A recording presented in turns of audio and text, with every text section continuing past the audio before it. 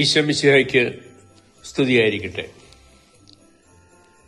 ജനുവരി 6 ദനഹ തിരുനാളായി സുറിയാനി സഭ ആഘോഷിക്കുന്നു.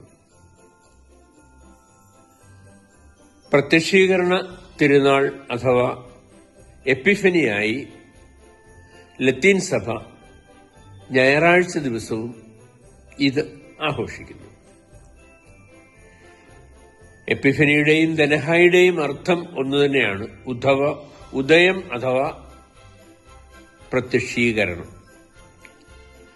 ജ്യോതിശാസ്ത്രജ്ഞന്മാരുടെ വരവ്, ഈശോയുടെ മാമോദിസ, കാനായിലെ അത്ഭുതം എന്നിവയാണ് ലത്തീൻ സഭയിൽ എപ്പിഫനിയിൽ കൊണ്ടാടുന്നതെങ്കിലും മുൻതൂക്കം രാജാക്കന്മാരുടെ വരവിന് തന്നെയാണ്.